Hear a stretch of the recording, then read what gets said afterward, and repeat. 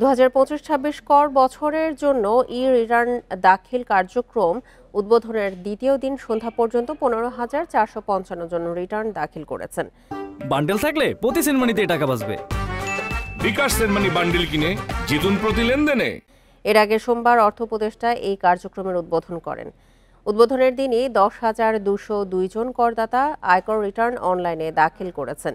আর দ্বিতীয় দিন সন্ধ্যা পর্যন্ত 5,253 জন রিটার্ন দাখিল করেছেন। গত বছর সীমিত আকারে ব্যক্তি করদাতাদের জন্য অনলাইনে রিটার্ন দাখিল বাধ্যতামূলক করা হলে 17 লাখের বেশি ব্যক্তি করদাতা অনলাইনে রিটার্ন দাখিল করেন। করদাতারা ব্যাংক ট্রান্সফার, ডেবিট ও ক্রেডিট কার্ড, বিকাশ, রকেট, নগদ অথবা অন্য কোনো মোবাইল আর্থিক সেবা অ্যাপের মাধ্যমে ঘরে বসেই কর পরিশোধ করে অনলাইনে আয়কর রিটার্ন দাখিল করতে পারেন।